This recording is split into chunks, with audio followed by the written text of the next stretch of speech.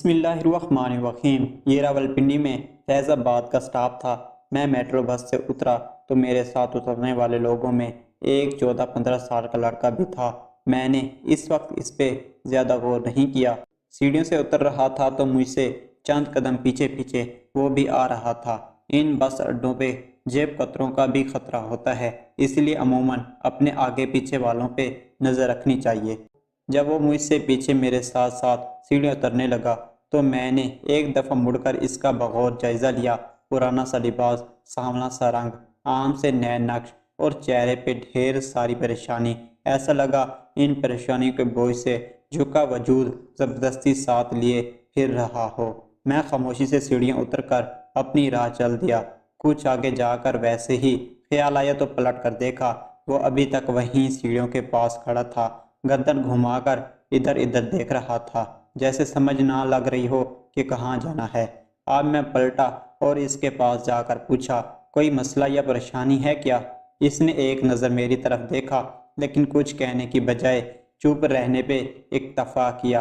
میں نے دوبارہ اپنا سوال دہرایا تو بولا، گھر جانے کا کرایہ نہیں ہے پاس۔ میں سمجھ گیا کہ یہ اس گروہ سے تعلق رکھتا ہے جو ایسے مصروف اڈوں پہ لوگوں سے گھر جانے کے کرائے کے نام پہ جدید انداز میں بھیک مانگ رہے ہوتے ہیں۔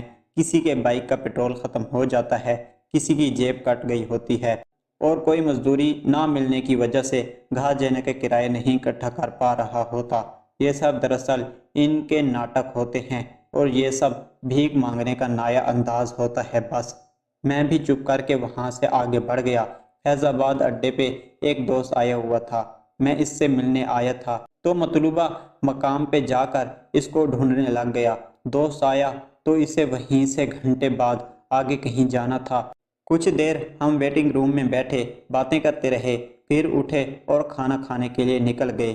ویٹنگ روم کے پاس کوئی ہوٹل دیکھنے لگے تو معلوم نہیں کیوں خیال آیا کہ یہاں نہیں، سڑک کے دوسری طرف والے ہوٹلز میں جا کر کھانا کھانا چاہیے، وہاں اچھا کھانا ملے گا۔ حالانکہ میں نے اس سے پہلے کبھی وہاں سے کھانا نہیں کھایا تھا، لیکن یہ خیال اتنا بزور تھا کہ میں دوست کو لے کر آگے بڑھ گیا کہ سڑک کی دوسری طرف چلتے ہیں۔ جہاں سے سڑک کے پار جانا تھا وہاں پہنچے تو وہی لڑکا مجھے پھر نظر آ گیا، اسی طرح پریشان حالت میں کھڑا۔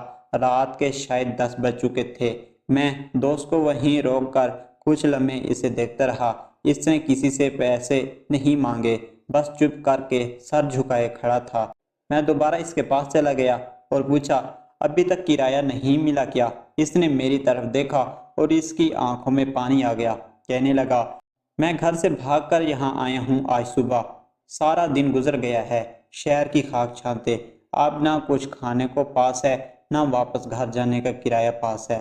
پھر ایک ہائی ایس کی طرف اشارہ کر کے بولا، وہ آخری گاڑی ہے شنکیاری کی جہاں میرا گھر ہے، اس کے بعد کوئی گاڑی نہیں جائے گی۔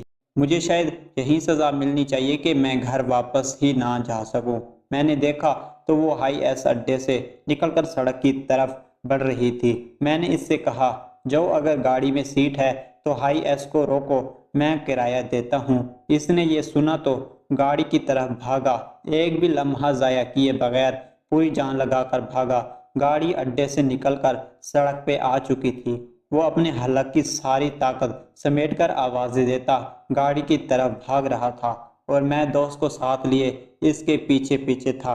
ہائی ایس والے نے گاڑی تیز کی، لیکن پھر شاید کسی نے بتایا کہ کوئی آوازیں دے رہا ہے تو ایک طرف کر کے گاڑی روک لی۔ لڑکا پھولے ہوئے سانس کے ساتھ گاڑی کے پاس پہنچا تو اس کا دروازہ پکڑ کر کھڑا ہو گیا۔ شاید اسے ڈر لگ رہا تھا کہ دروازہ چھوڑا تو گاڑی والا بھاگ جائے گا۔ میں پہنچا تو ڈرائیور سے پوچھا، کوئی سیٹ خالی ہے کیا؟ کہنے لگا، ایک ہی سیٹ خالی ہے۔ میں نے اس لڑکے کو گاڑی میں بٹھایا، ڈرائیور کو کرایہ دیا اور لڑکے کو کچھ اضافی پیسے بھی زبردستی دے دیے کہ رستے میں کہیں رکے تو کچھ کھا لینا۔ وہ لڑکا جواب میں کچھ نہیں بولا، بس آنکھیں بند کر لی اور دعا کے لیے دونوں ہاتھ اٹھائے اور 2 لمحے بعد چہرے پہ پھیر لیے جیسے خدا کا شکریہ ادا کر رہا ہو۔ شاید اسے یقین تھا کہ اس کا خدا اس کی مدد کرے گا، شاید اسے پتہ تھا کہ شکریہ میرا نہیں اس خدا کا بنتا ہے جس نے وسیلہ بنا کر بھیجا۔ پھر ڈرائیور نے گاڑی آگے بڑھا دی تو وہ نم آنکھوں سے میری طرف دیکھنے لگا اور جب تک گاڑی نظروں میں ہی رہی وہ پلٹ کے ان نم آنکھوں سے میری طرف دیکھتا ہی رہا۔ خدا جانے اس کی دعا تھی یا اس کی ماں کی دعا کہ آخری گاڑی کی آخری سیٹ اس کے لیے بچی رہ گئی۔ میں کھانا کھانے کے لیے سڑک پار کرنے پہ مجبور ہوا اور اسی میٹرو بس میں بیٹھ کر آیا جس میں وہ سوار تھا، تاکہ میں اس کے وجود کو دیکھوں، اس کی پریشانی کو محسوس کروں۔ جانے کسی کی دعا تھی یا خدا کا اپنا نظام کہ اس نے اس لڑکے کے لیے ترتیب سے وسائل بنا دیے تاکہ وہ بڑے شہر کے انسانی جنگل میں گم نہ ہو، خیریت سے گھر چلا جائے، تاکہ اسے اپنی چھوٹی غلطی کی بڑی سزا نہ ملے۔